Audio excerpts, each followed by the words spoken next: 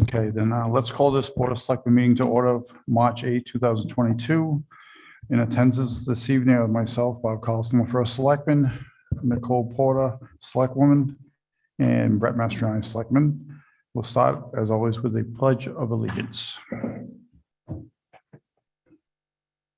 I pledge allegiance to the flag of the United States of America and to the republic for which it stands, one nation, under God, indivisible, with liberty and justice for all.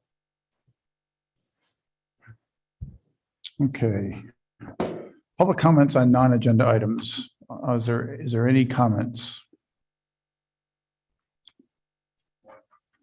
None from the in attendance audience. Anything online? No. Next, selectmen comments. Are there any comments by either Nicole or Brett? I have one. Okay, Brett, go ahead. I just wanted to congratulate you, Bob Carlson, for selectman, for receiving the Office of Attorney General Citizens Hero Award, along especially with Cheryl Haas and Trooper McCarthy today, for helping the veteran find housing and handling that situation. It was a nice to be there and see you receive it. And also the praise that Cheryl gave to you, but she really went out of her way to help this gentleman, and it was nice to see someone in our town recognized for that. Thank you, Brett. Just a quick comment on that. So Cheryl did the lion's share. I referred to Cheryl as the guardian angel of this gentleman, and yes, he's going to find housing at a veterans home in Champlin, Connecticut. It's got 72 acres. It's nice and clean. She took him out there. He liked it a lot, and he'll be moving out there shortly. And then we just have to figure out what to do with his trailer. That's at the trailer park off of Route 184. But yeah, it's a good story that turned out well, and I was glad I could help. But Cheryl did the lion's share of the work, and Jason McCarthy was a big help also. Thanks. And then Nicole. Okay. First selectman comments, not much, except I will mention, I think at the last meeting, I said I was going to be meeting with the Mashantucket Pequot Tribal Nation. Myself and Nate Reichart went there and met with Rodney Butler and Bob Haywood, and the other gentleman's name is, don't remember what it was. He handled a lot of their road work and so on. And I think they just wanted to check the temperature to see how the new administration felt about working with the tribe on different projects. And I felt it was all positive. I told them that we were willing to listen to any ideas. There's a couple of ideas on the table. And also they thought they could help us on some roads and bridge repair. They have some funding from the government that they have, and they don't have enough roads and bridges of their own. So when Don Hill gets back, I'm going to set up a meeting with the Mashantuckets, myself, Don Hill, and talk about if there's any pet project in town that they're willing to do for us, that'd be great. And then in turn, we'll listen to whatever projects they have coming up our way. So I thought that was a positive. That's all I have on first selectman business at this point. Old business, we have none. Number 7, transfer. We have one transfer that's in your packet. It was a $1,500 transfer for the Economic Development Commission. As you know, they had money in their budget for this coming year for trying to get some help on the economic development side. I'm sure I don't have to tell you, Nicole or Brett, much about economic development, but they want to take $1,500 sooner instead of later, move it over within there, but it's still in their bucket of funding through the budget's unspent money, and they want to use it to start having someone help them with some marketing. To the tune of maybe 3 to 5 hours a week. We figured out what the expense would be. There's money is in there that could be used for this, and we'll see if this gives the Economic Development Commission a good jump start to get things done. Then I think it makes sense to do this. And then if we approve it tonight, I'll be taking the same thing over to the Board of Finance tomorrow night, so. So I just want to be clear so I understand. So it's within their budget for the current year. They just want to move it from one line item to another. Yeah, let me have Christine explain it. So for them to spend it on personnel, they have to have it in a salary line item. So they're moving it from their operating, which is 15.00 into 15.02, which is it's been used in the past for coordinator of economic development, but it can also just be used for staffing. So that their 15.00 has $4,900 in it. So they're moving 1,500 of that into the 1502. Okay. Any questions, Brett? Make a Comments? motion to approve. Perfect. So we have a motion to approve by Brett Mastriani. I second. We have a second by Nicole Porter. Any further discussion?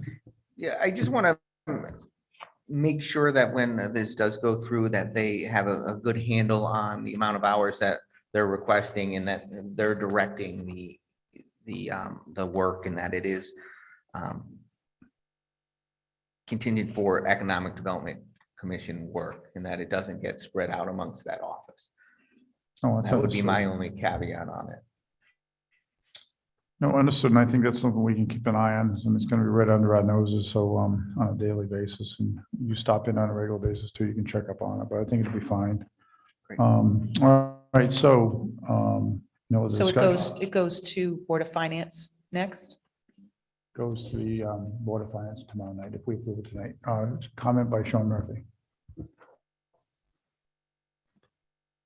We voting before the comment? No, comment first. Historically, the board of, the town has not added town positions during the fiscal year. They've always occurred with the budget. We had this issue. We haven't had a problem with it with the general government before, but we have had it with the schools and the school, and it's been discouraged, and we refrain from adding positions to the town except during budget time.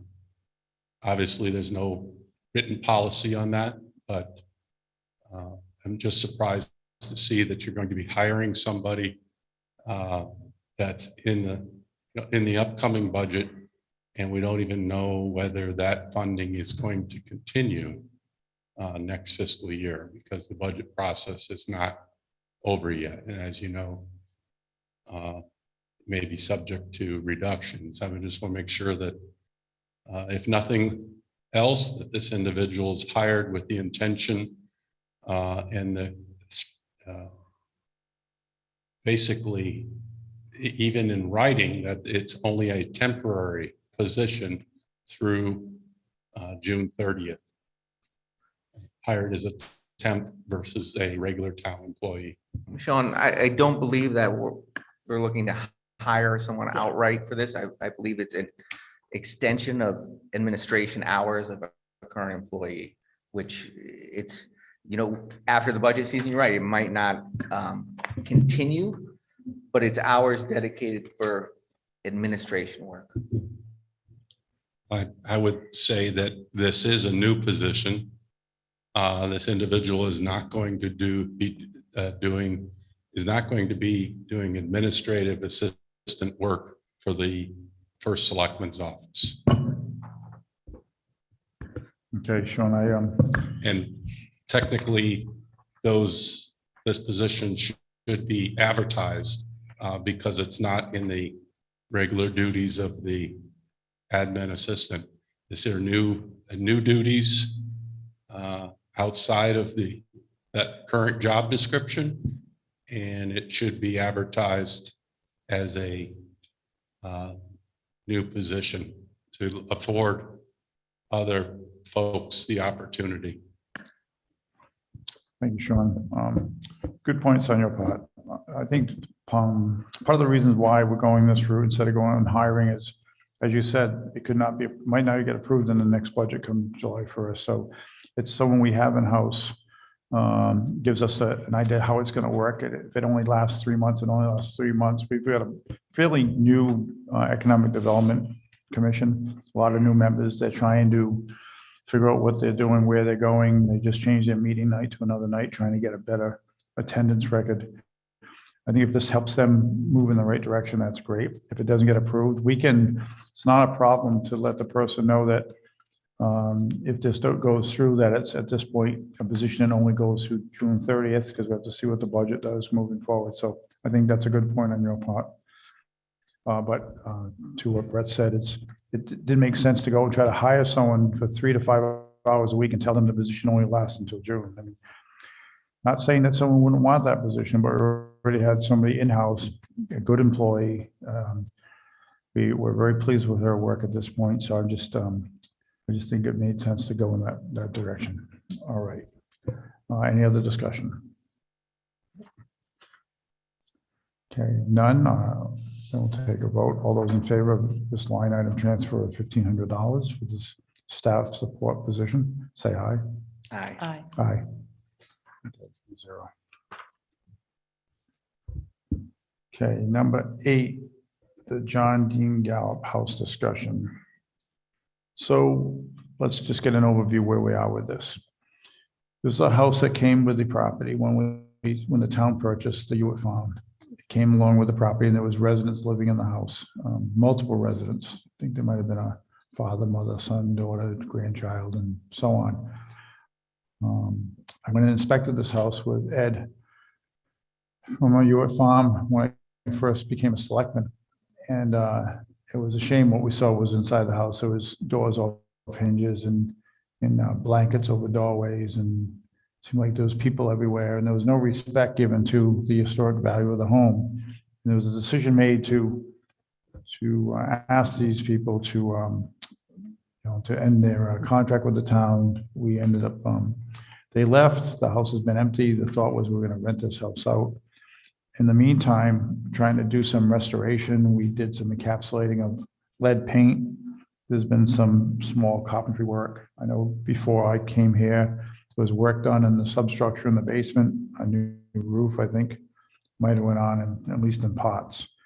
So now we have this building. It's been vacant for about 3 years. We have had grants that the town has paid half, and they've given us half. And that's got, the house was looked at, investigated. It was also estimated what it would cost us to bring this house back up to the historical value of a house built at that time. The people that are looking at it, they're preservationists with historical process in mind. They want to do things the way things were done back then.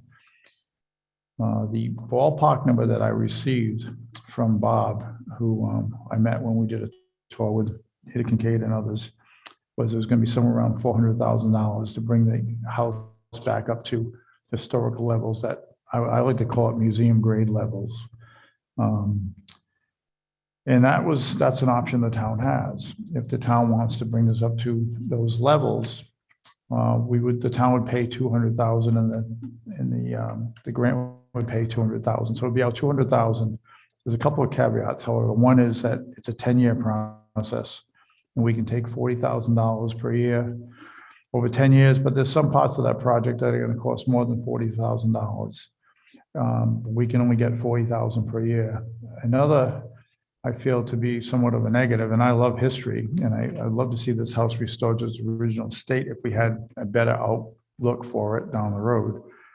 But the other one is, if you have someone rent it, move into it, are they going to be abusive of it, or are they going to understand the quality of the house as a 1750s home, and are they going to treat it and such? Well, 2 years from now, we're going to walk in there again and find doors off hinges and sheets hanging over openings. So that's one option we have with the town. And if the town decides to vote, and we'll send this to so we don't have to send it to a town meeting, we decide as selectmen. But if we decide to go to that route, the $400,000 route, just want to let you know what I feel is the downside. The upside is we get a beautiful home that's totally restored. Option B would be to restore it in pieces and do it as possibly in one phase, new windows, another phase, fix the roof that you saw in the tour that was kind of falling down on the back porch. There's some loose floorboards. To do it that way, it wouldn't be done exactly to the way that the people that are offering us the grant would want it done. But I would not do it the way they did at the old town hall, putting vinyl windows in there, which I can't stand them every day. We put in nice windows, it's true divided light glass, have the floorboards secured, have the porch redone. And I'm just early estimates. I went out, I was in the business, obviously. I went out there and did a quote on the windows, and it looks like we could probably do all that work for about $55,000 to $60,000. We don't have to do the windows right away. We're going into warm weather months. So we could do the back porch and nail down the floorboards, and then do the windows sometime in late summer, early fall. So again, we could wait to the if the budget passes come July 1st, there's another $30,000 for the Hewitt Farm, and it is $25,000 now. That would give us another 30. That brings us up to the $55,000 mark I was talking about. But at least we could get it rented if we decide to go that route. Get it rented sooner instead of later, have income coming into the town from that house. I mean, if we could get, say, $1,200 a month, and we can work on that, set that price at a later time. But if we can get someone living there for roughly $1,200 a month, and they pay the oil and they pay the utilities, and then someone that can take care of the house, do small repairs as needed, knowing the town would still have to do any heavy duty repairs. I think at least now the building's lived in and the town has income coming from it. And the house will look historical. It won't be to the tune of $400,000 of historical, but it'll give that appearance when you drive by. You know, it's not vinyl windows, you know, it's not, you know, cheap things put on the house, vinyl siding and things like that. So I'm looking for comments and a discussion from the two of you to decide which direction that the Board of Selectmen should go in. So we could, if we decide to go the route of getting it rented, maybe we can get that finalized between now and in the end of the fiscal year, so we can get income coming in for in the next budget season. So I'll take comments at this time. Or questions. Thanks, Bob. Yeah, you know, I was surprised, and when we did go on the tour, I thought the house was actually in pretty good shape, much better than I expected. It looks nice. And as I read through some of the stuff in the RFP that went out prior, I do think we should move in the direction of renting it out and not investing the extra 200,000 or 100, whatever it works out to be, thousand. And we should try to move this sooner rather than later. We've already missed out on missed revenue for the past few years on it. What I'd like to see, and if you guys like the idea, I think sometimes these RFPs are overwhelming to people. So maybe we can come up with an application process, so similar to an RFP, but let's state, okay, we're looking for $1,200 or $1,400, whatever we come up with a rent. I do think 12 is on the low end, even 14 is on the low end for a full house. And obviously they do something else, but maybe just have it pretty basic, where this is what rent is, this is what we're looking for applicants to do, and what will they add, what would the added benefit they would bring to the house, and what are they willing to do with it at that dollar amount. I think with the last one, I know we didn't really get many people, if any, to apply. It was very broad. Basically, you wanted someone to come up with a whole proposal of how much they wanted to pay, what they would do. I think with the housing market the way it is right now, the lack of rental properties, I think now's the time to try to get this under wraps and move it forward. Now with that, I know part of this discussion, we should talk about we talked about the Milltown Arts and the farmers market moving forward. I had a meeting with Laura Tillinghast the other day, and they were granted use of this property for the next four farmers markets and they also requested use of the property. So they're wondering is, okay, if we're going to move forward with renting of the property, to let them know right away. So So then they won't focus on doing anything in that house for an art show. I don't remember seeing anything where the house was included in that. It was in the application. Really? Yes. So It was a I would have been separate- opposed to them using the house as far as part of the. And funds. that's fine. I just need to let them know that so they can take that out of the equation, which my kind of understanding with them and talking to them and saying that this was coming up tonight, because I knew about it on the agenda, and that I can't see the town committing until September that property won't be, that house wouldn't be rented. So I think it'll be ready because it'll take a matter of just a few days to nail down the floors and another, maybe a few days to fix that back porch. The windows are a different issue. We'd have to make as part of the rental agreement to let them know that there's going to be a 3 or 4 day period in August or September. We're going to have to replace the windows and they can be home or take over for a few days or whatever. But that doesn't have to happen right away, which is a nice thing. But the other things that can be readily available fairly quickly, and we have $25,000 in last year's budget to use. Now, what about the outside, I remember when we were looking at it, that front porch, The back maybe the porch. back porch, the overhang and things. Yeah, look that's like what it I'm needs- saying. That has to be redone, but that's not a major problem. That's a 2 or 3 day process. Okay. I think there might be some things in the kitchen if I'm not, was it? Yeah, we had pulled out the dishwasher, so we need to either put a plate on there so it's not just a gaping hole with wires or put in a new dishwasher. I think if we're going to be renting it to people, we should put a dishwasher in at this point. Also, the information that I gave to the farmer's market didn't include use of the house as far as the insurance coverage. I didn't know that they were interested in using that, so that would possibly change that as well. Okay. Nicole, you say something?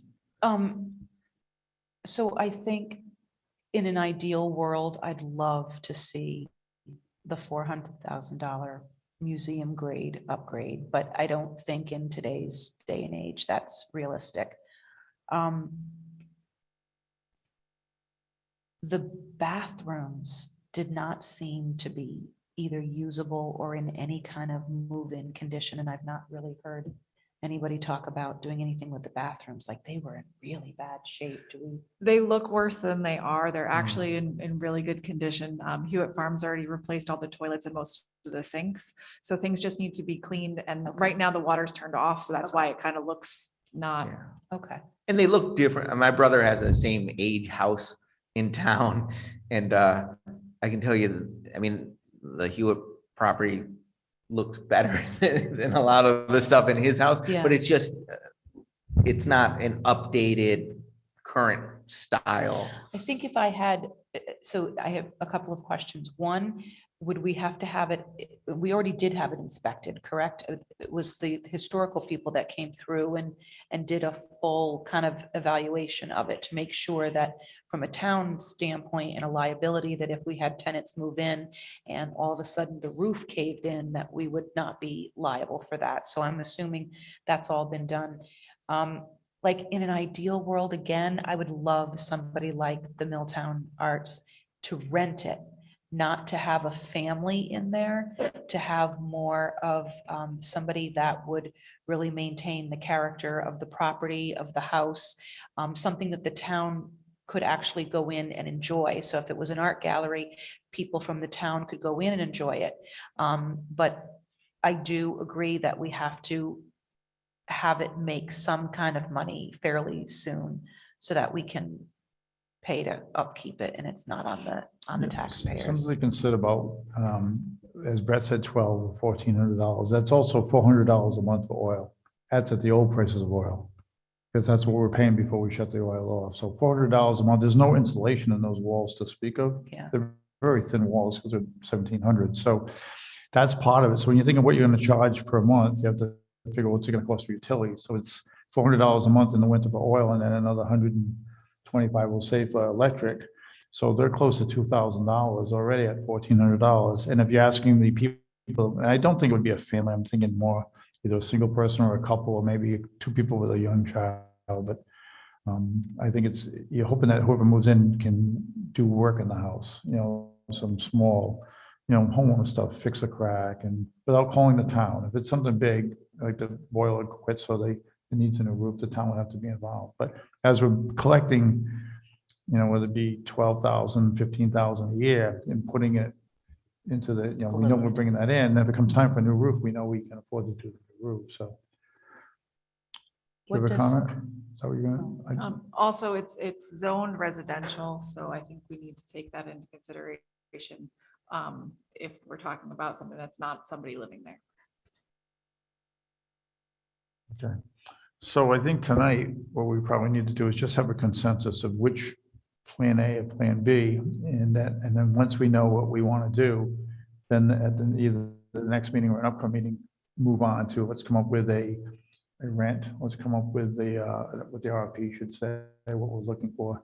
And again, I think we can get this thing rented out if we have applicants before July 1st, so we can use it in next year's budget.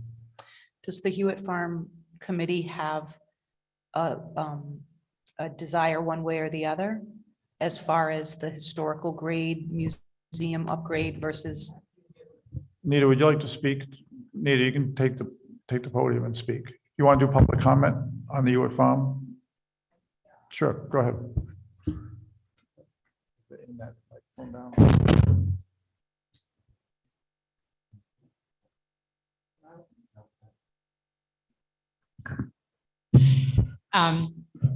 It's kind of a shame we can't move forward and do what really Upgrade. is very possible to do. When Juliet left and things changed, the work going on to try and get really far with this kind of slid down, honestly. And it's too bad. I think we did not get enough understanding of whether we would get people in there. For example, we kind of, all of us said there shouldn't be a child in there. It's outside, it's, got a lot of lead paint, etc. That would be a big problem and take a while to get rid of. And if all of you had been where it was when it was started to get fixed, what happened was that the people who lived there actually, I don't know that you all know this, were workers at yeah, right, exactly. So they were very sloppy, unfortunately. When you said you went in with Ed, I went in 4 years before that. The place was a disaster, true disaster. And the people who came in, which was an additional add of people related to the people that were in there, were a problem.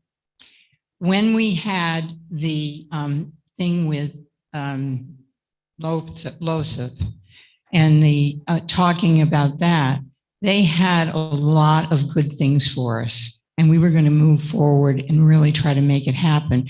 Our biggest problem was there was nothing to determine whether we just did what you said and did something other than a house with people in it would be the best way to go. So we pushed away from that. I'm afraid that we will get what I don't know how we can put a person or two people into that place now and have it really work. So I'm just telling you how I feel about it. If we had worked harder and longer, maybe we would have gotten it done faster and just had two older people.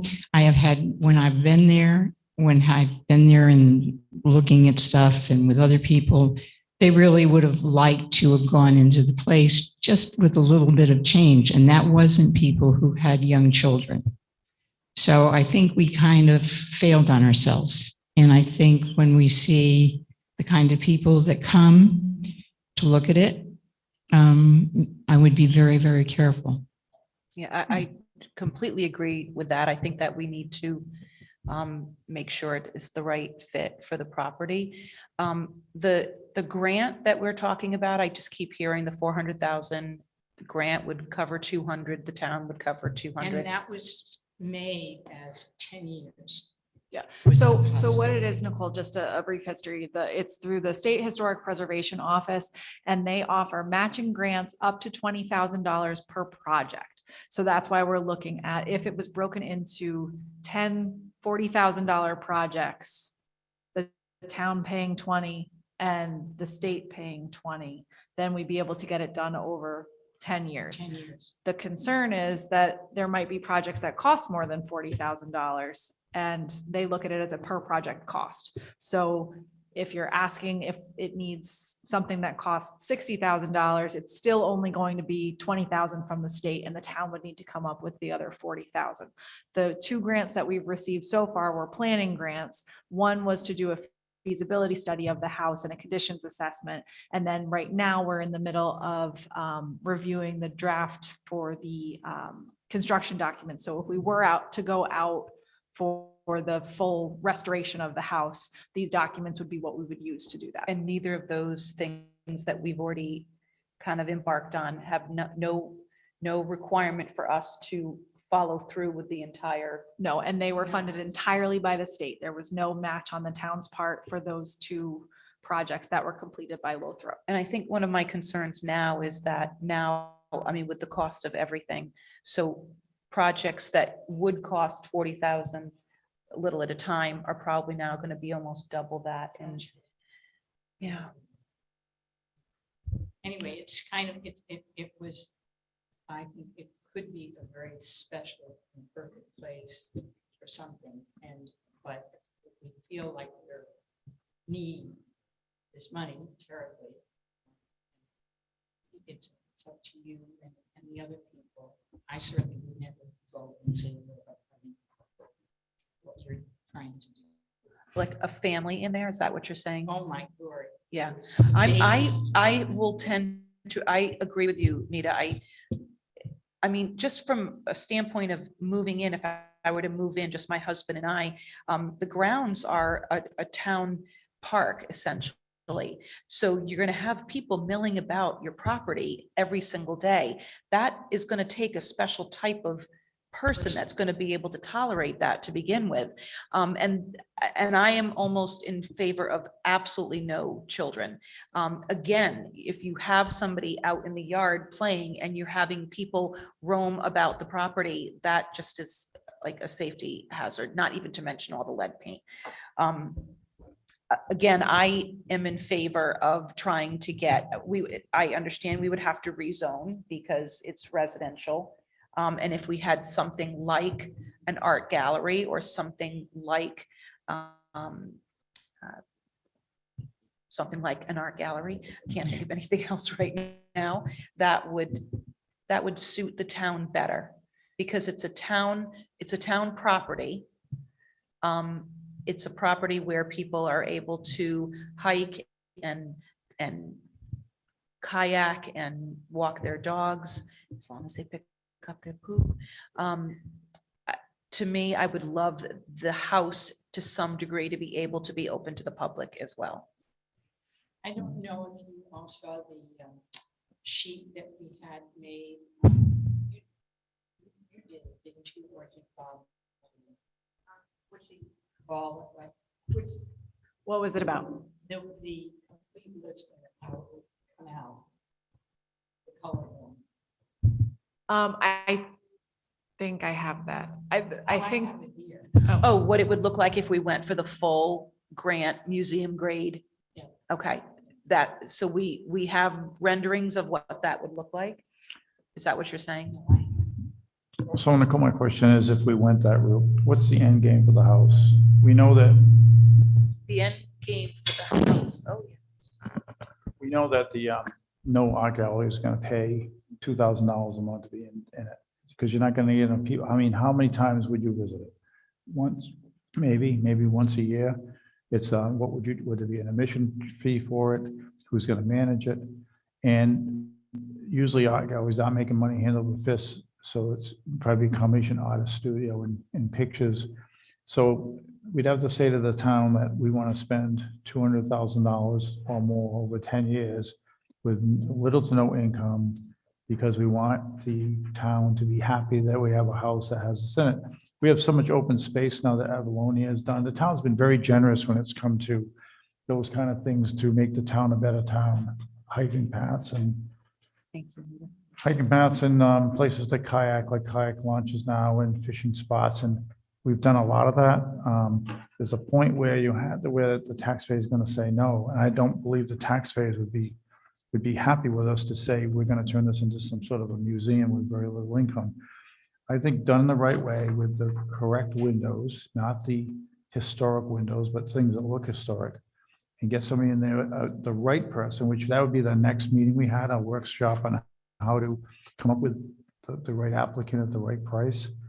I think that means you're satisfying two things. You're satisfying the house being used, it's lived in, and also you're having and if you got the right person in there and you have income coming from the town.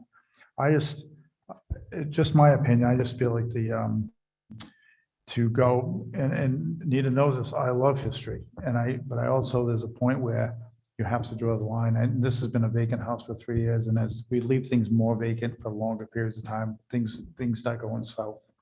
I went in there in the summertime and you can just see all the insects and flies and cobwebs and so we have. So that was my idea. I didn't say it was realistic. And I don't think that if we went forward with a application process or RFP process with a dollar amount there and what would you bring to the table, that someone like the Milltown or a different art gallery or somebody else could come to us and say, okay, yep, I'm okay with the $1,200 or $1,400 a month. And this is what I'd be using it for. And this is what we could do. So I don't think that moving forward with a process like this, it excludes that from potentially happening if somebody can apply for it that way. Do we know, I know we've talked about this before, do we have a ballpark figure of how much it's costing us now just to have it sit there? You just drained it, winterized it, didn't you? Yeah, we just winterized it. The Hewitt Farm has an operating line of $5,000 for expenses around the property and also at the house, and they haven't exceeded that. So it is less than $5,000 a year, but that's also not having people living in there and having the lights on and having it at a comfortable temperature. Even with the heat being on, we were keeping it at 50, 55. So no one's going to live like that. But it also cost the revenue that we, Right. of being vacant, that we used to have in there. It says here, the heat, electricity, any other utility will be paid by the candidate. So I'm Right. assuming, so they can pay for whatever they want for heat and electricity. I think that I would be in favor of having the price be low enough to it and having something in the lease that they contributed to the property in a positive way. I don't think we're going to make a ton of money on this house, nor are we out to make a profit on it. So if we can get it to a price that attracts the right person and somebody that's willing to put some of their own resources into it, that would be I a agree. positive thing. So there is another option. Option 3 is to do nothing, and then it ends up like Green Gables, and then it ends up getting demolished. Yeah, And it's an historic home that we would hate to have that happen to. So, I think we're all on page with Consider that a one. viable option. so with that said, I think we have comments. I saw one online. Was Brian Rathman still have his hand up? It's down now. Sean Murphy. Oh, it's back up. Huh? Brian's hands Oh, back up. Brian. Go ahead, Brian. Go ahead, Brian. Yeah, hi. Only thing I was, as long as the zoning officer is gonna give a CO for that place, is he gonna inspect it and make sure it's ready to be rented or whatever you decide or whatever the town decides? Cause I know when we were there, that, I don't know if that was the well to the house or at one time it must have been. We just lifted the cover and we'd have to have that locked up and you know, there's different things I think gotta be done before you even consider renting that place out. And like you Brian, I said, don't- it's I don't think we door- lost a CO when the last people moved out. It's not like it was condemned or anything like that. It just went vacant and we did some repairs. So there's no CO to get.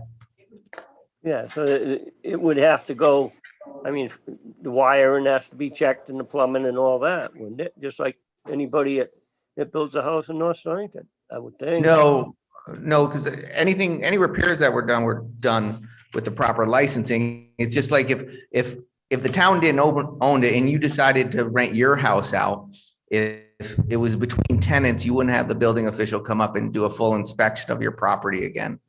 That's not a requirement. I'm not saying that we wouldn't have someone check all the safety features before it was rented, but there's nothing that would need to be done like that. The other thing, Brian, because of its historic nature, it doesn't have to come up to code on, those stairs aren't in code. They're too narrow and they're too steep and they're not all the same size, but you have grandfather rights on an historic property. So if you change more than 50%, so if we do the windows and we change more than 50% of the windows, they have to go according to today's standards. So when I went and measured them, I made sure we had one egress window per bedroom because they don't have that now. But that's part of, when you change more than 50%, you have to bring that part of the house up to code.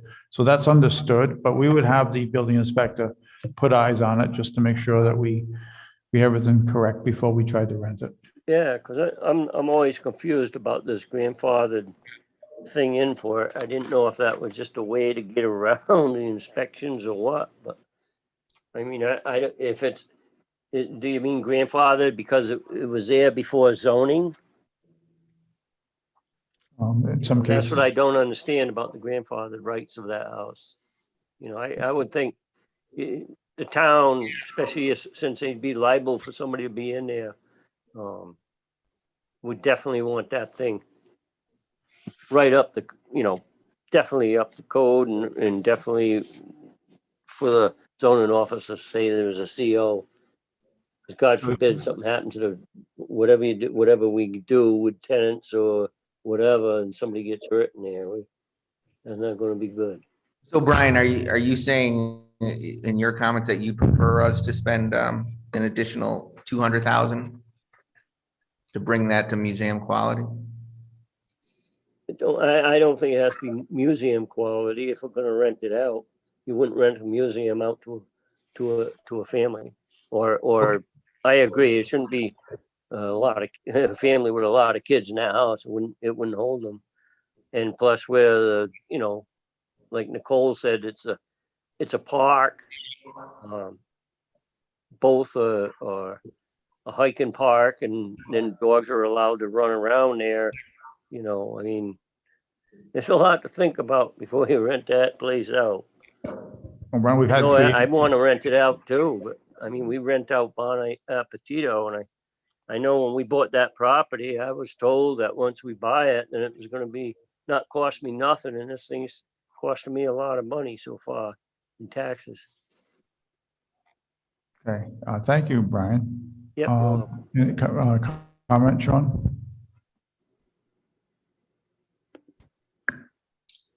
Just want to say, when we purchased that property, it was a residential rental.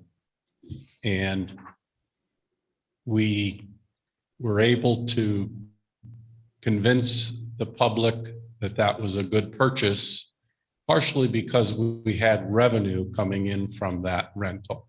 Mhm. There's also a stipulation at that town meeting when it was approved. There were 24 or 25 stipulations that went along with that property. And one of them is that if we change the use of anything on that property, that it would go back to a town meeting. So it's really not up to the board of, you know, obviously the townspeople want to have a recommendation by the selectmen, but any change to a use to a museum should have to go to a town meeting, and also planning and zoning to get change of use authorized. But we purchased that property with the anticipation of receiving revenue. And we have been without that revenue for going on 4 years. I think May might be the 4-year mark. I'm not sure that they, but, and another note, as far as not allowing children in there, and there being lead paint outside. There is nothing against renting out a residence that has lead paint. There only needs to be a HUD form signed off by the leasee indicating that they are aware of the lead paint being there. So I don't think, I think that's the reason we actually, you know, we've encapsulated, I believe, all the lead paint on the inside. I believe that's the excuse we gave the renters. And I won't say we, because that didn't really happen when I was the first selectman or didn't have any input on it, but we kicked them out because of the danger of the lead-based paint when it really wasn't the reason we were kicking them out.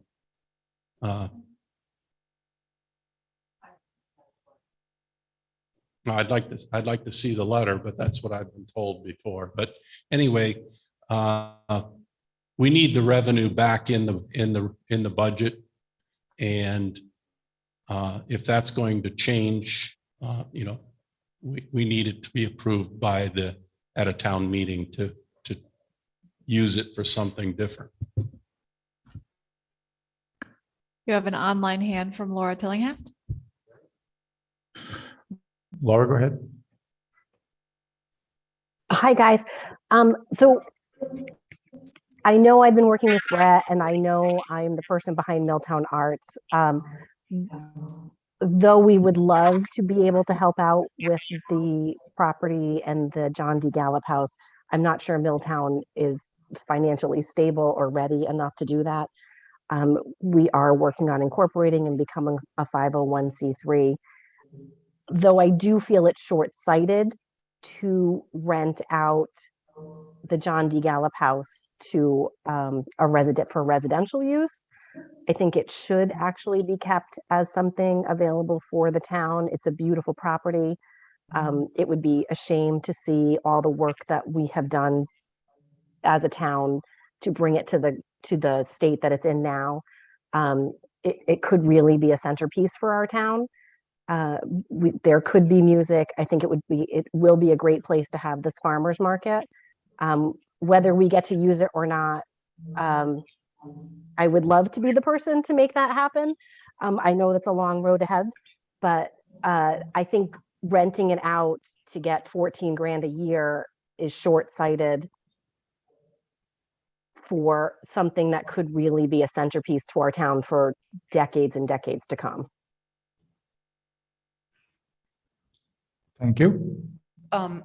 Was it your impression to do the work on the windows and the back porch before renting it out? The back porch and the nailing down of the floorboards, the windows can wait The because you're windows going can into the wait. warm weather now, so they can live with single pane glass until the fall. We could do that in September. Okay. So I understand what Laura was just saying. So I'm thinking not just rent. So if you rent it out the way it was rented out before, so there was a family living there and there was some abuse to the home, as we know. And it would be a shame to see that happen again. But when the early discussions on this was to rent out to someone that could almost be we were hoping to have some sort of a quasi park ranger where they would live there and clean the trails and kind of keep an eye on the place and watch what the goings on. And that was part of the original discussions.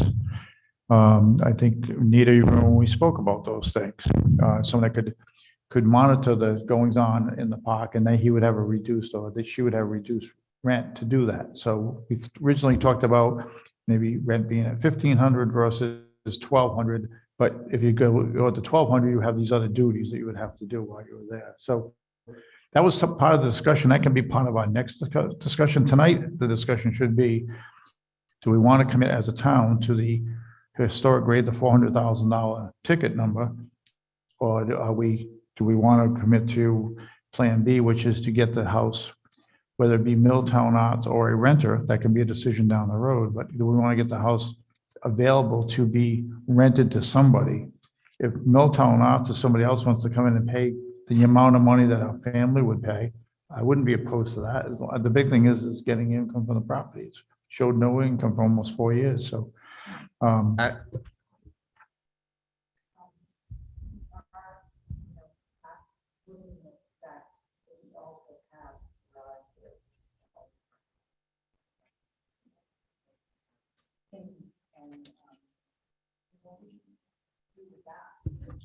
The garage or the pavilion? She's talking about the carriage house, Isn't that in the, but we've never separated those as two different entities. Whoever rented out the house would have use of the carriage house. Right. No, when we talk about renting the property, whether it be to an artist studio or a renter, with the entire property includes both buildings. So the Historical Society still has things up in the top level of the carriage house, if I remember on our tour. They do. they have a few things. So Bob, I would say, I don't know where you're looking for a vote, but I think we move forward with Plan 2 and try to, at our next meeting, come up with some guidelines of what we're looking for and how we want to go through an application process or something like that. I'm definitely not in favor of continuing to get to that museum quality property. I do think it's an asset to the town, but I don't think financially it makes it sense, or is it fiscally responsible to do that with that property? And I'm totally against your option 3 of just letting it sit there and fall There's apart. always that option of do nothing. That's always an option. If you're in marketing class, you know that's an option all the time. So, but I agree, that shouldn't be an option on this table. So I think to do it in 2 parts. One is to decide how we want to move forward. Then secondly, a workshop on who we want to inhabit it. How do we want to approach that? As Mr. Murphy said, if we do want to do a change of use, we probably have to go to a town meeting. If we're going to keep it as a residence, rented residence as it was when we took it over, then we can probably decide on that as a board. And whichever way we go, then we can decide what the parameters are. I know we've tried before to get that person in there to do it the kind of way I explained earlier. Someone that was a handyman, quasi park ranger, living at a reduced cost. And I think and if the town makes 12,000 instead of 15,000, but for that 3,000, you're getting trails cleaned and you're having a presence in town. I think that in that park, rather, I think that would make a difference. So, but as far as going forward tonight, I'd like to at least decide as a group, should we go forward with Plan A or Plan B? Can we just, for the record, Plan A is the 400,000 museum quality grade versus Plan B, which is just do the basics to make it up to, not up to code, the basics to make it safe and then rent it. But keeping the historical nature of it intact. So when we go to put windows, if you've been to the town hall, the building where my office is, they have these atrocious vinyl windows that Christine knows I hate because I say things about them every day. They're awful. You said it 4 times during this meeting, so I think we Okay. understand. So we you hate don't those. want anyone to drive in and see the Gallup house with vinyl windows or vinyl siding or any other thing that's just a kind of like the lipstick on a pig type of situation. It should be noted that it's an historical building and try to do things to keep that historical look, but to try to make it as energy efficient as possible. You know, someone says, well, if there's no insulation in the walls, why have insulated windows? Well, the windows don't work. They're painted closed. You can't open them. At least you want to have windows that you can open and tilt and clean. And I mean, if I lived in a house and I couldn't open the window, it'd be pretty frustrating. So anyway, that's my. So would you like a motion on that? I don't know if you want to do this first. You have a comment from the public. I was just. Just like one thing.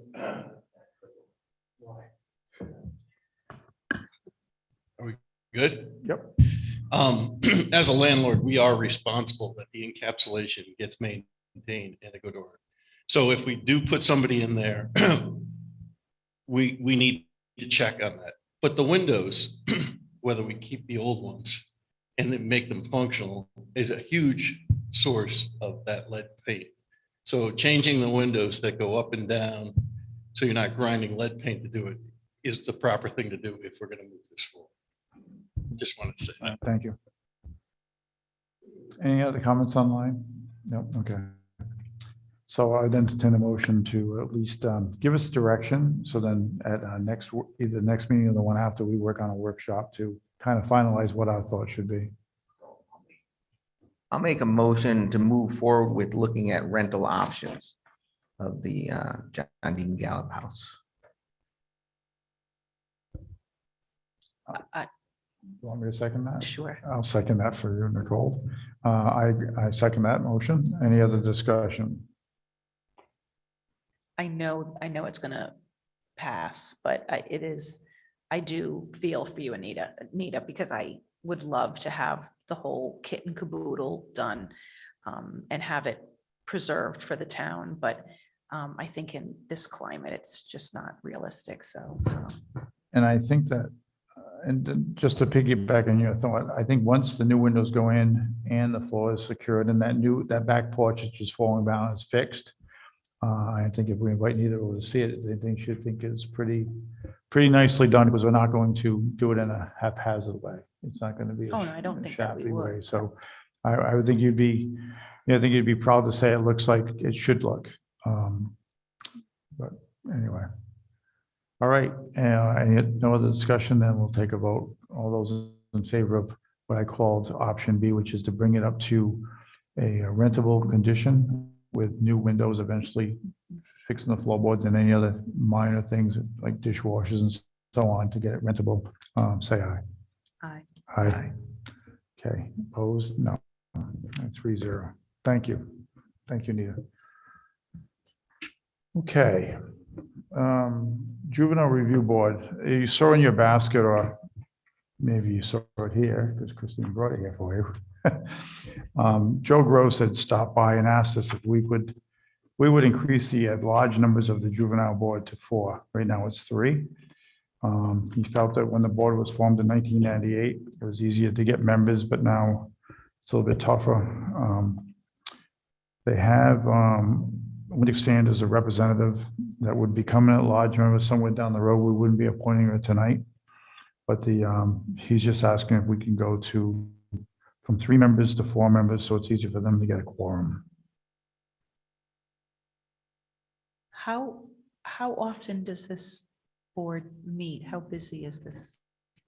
Is it monthly or is it not even monthly? So Christine? they have officially scheduled I think the 3rd Thursday of the month, they are scheduled to meet. They only meet if they have a case that needs to be discussed. I would say most years they have no more than 5 cases. So it has to be referred to them by the school. And just educate me, what kind of cases are going in front of this board? Sometimes it's truancy, sometimes it's damage done to school property. Basically, this is trying to work with the school and with a lower level of law enforcement to try and get the kids back on the right path. There's a lot of community service. There's written essays about topics related to what their issue was. Sometimes financial restitution based on what happens, but basically they meet with the Juvenile Review Board. They discuss what happened. Then the group decides what should be done to help them see why what they did was wrong. Then they come back before the Juvenile Review Board, completing whatever their assignments were. And it goes from there. Thank you. Do you have a list of, off the top of your head, of the members of this board? I mean, always Joe Gross and Cheryl Beekett. Jason McCarthy, is he on it? Who was the second person? Cheryl Beekett used to be at the school, teacher. So the current at-large members are Larry Chappell, Wayne Coates, and Cheryl Beaker is the alternate. There's someone from the juvenile there's a juvenile court probation officer, a school representative. Tom Fabian as the rec director is on it, and then both of the troopers are also members. Okay. Any other questions or discussion? Yeah, I didn't look into it, but was this established by ordinance or is it state statute that establishes it for us? I don't know the answer to that I question. kind of think neither. Okay. It just, if that is the thing, then it just, that may change how we Yeah, let me double check if it's change in the the ordinances. amount.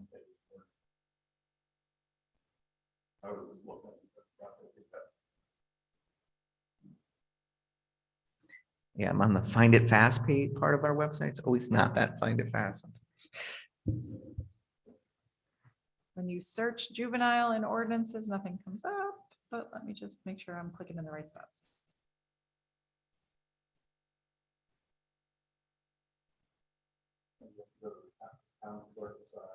Go to the 360 page.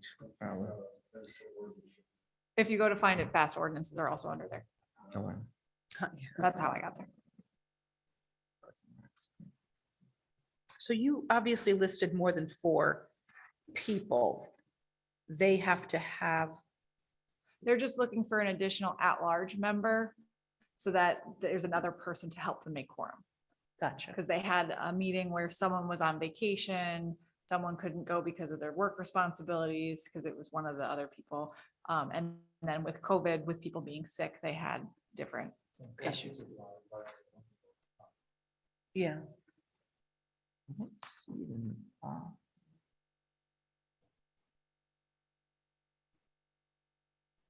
I am not seeing it in our ordinance. Yeah, I don't see it in the ordinance either. Yeah. I think it's kind of loosely dictated by statute, but I wasn't able to find anything very specific when Joe and I were working on this. And I mean, when I was typing the letter up for Joe.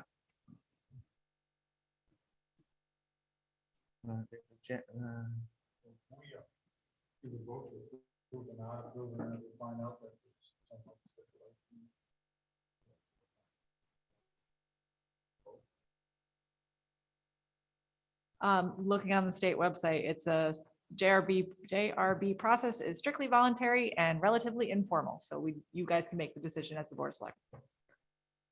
Then I'll make a motion to move forward with adding an at-large member to the Juvenile Review Board to increase it to 4 members, at-large members. Okay, and I'll second that motion. Any other discussion? Yeah, I'm just briefly looking through it real quick, and it talks about JRBs being appointed by the resident state troopers. Yeah, I'm gonna abstain. I mean, we can go to a vote. I'm gonna abstain until I know. So I'm thinking if we go to a vote and we find out we did something wrong, we can always amend the vote. Yeah. So that's what I'm thinking. But anyway, so all those in favor say aye. Aye. Opposed? Abstain. So we got 2 ayes, 2 yeses, no nos, and 1 abstention. Thank you. Okay, next, appointments. We have 2 appointments this evening. One is, we don't have paperwork on it, but we have the appointee here. So I resigned from the alleged late health district as a board of directors member. Sean asked me to be on that back in the summer before I was first elected as a selectman. So I've been on it for the last 4+ years, and I've explained to them with the additional duties I have with being the first selectman and meetings and so on. I asked if I actually resigned and asked if I could put Selectman Porter in my place. So I sent them that information. They just wanted to get something official from the town as an appointment. So I figured since we're doing appointments tonight, if we'd like to appoint Nicole, that'd be great. And then I can send them an email tomorrow to that effect.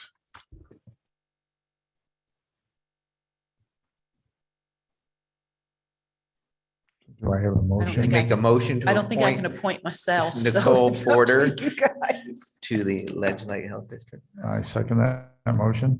I think Nicole will be a great asset to that committee. I agree. All right, so hearing no other discussion, all those in favor say aye. Aye. Aye. And no, and nays, any abstentions? And I will abstain. One abstention. She doesn't want to vote for herself. I get it. Okay, so congratulations. Your first meeting is Thursday. Correct.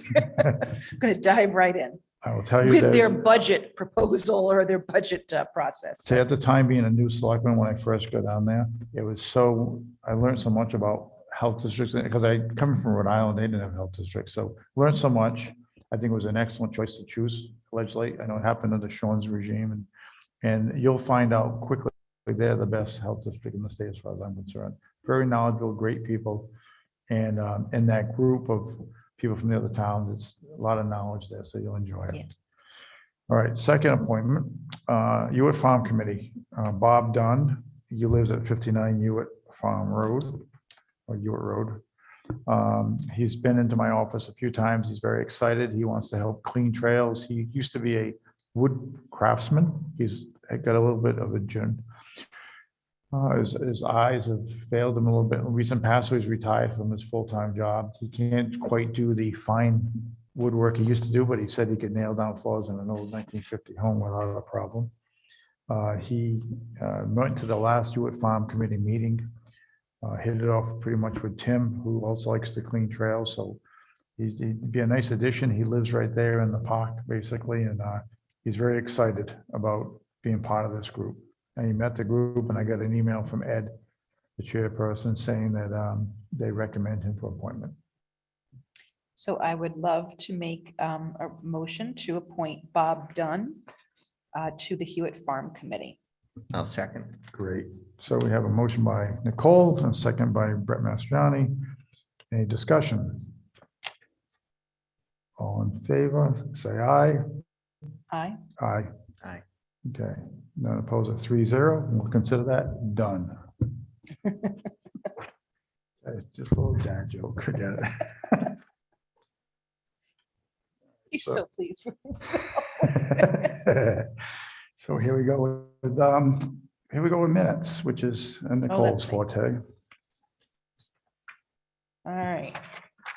I'm just so glad we're not talking about the budget tonight, that's all. I would like to make a motion to approve the Board of Selectmen special meeting with the Board of Finance on February 2nd at 2022 at 7 p.m. as written. Second. So motion by Nicole, second by Brett. Any discussion? Hearing none, all in favor, say aye. Aye. Opposed, 3-0. I'd like to make a motion to approve the Board of Selectmen special meeting on February 24th, 2022 at 6:30 p.m. as written, the minutes. Second. Once again, motion by Nicole, second by Brett. Any discussion? Hearing none, all in favor, say aye. Aye. Aye. Okay, next, public comment. Nothing from the audience here, nothing online. Okay, our next meeting says March 22nd. That is the next Board of Selectmen meeting at 6:30, but we do have a meeting.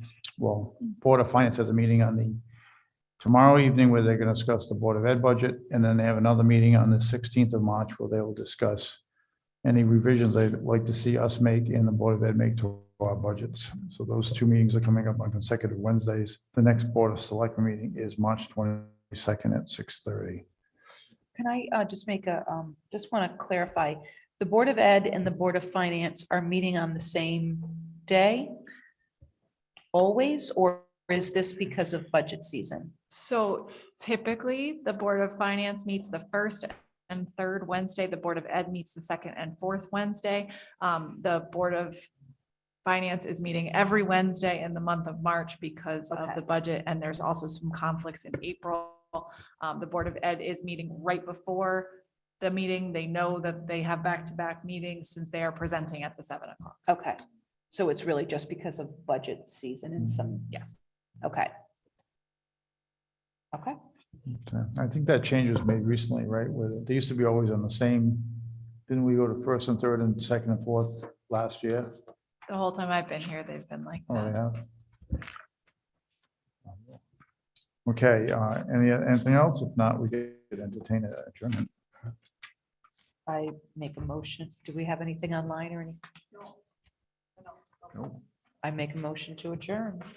Second. Okay, motion by Nicole, second by Brett. We will be adjourning. All those in favor say aye. Aye. Aye. Time is 7:40. Thank you.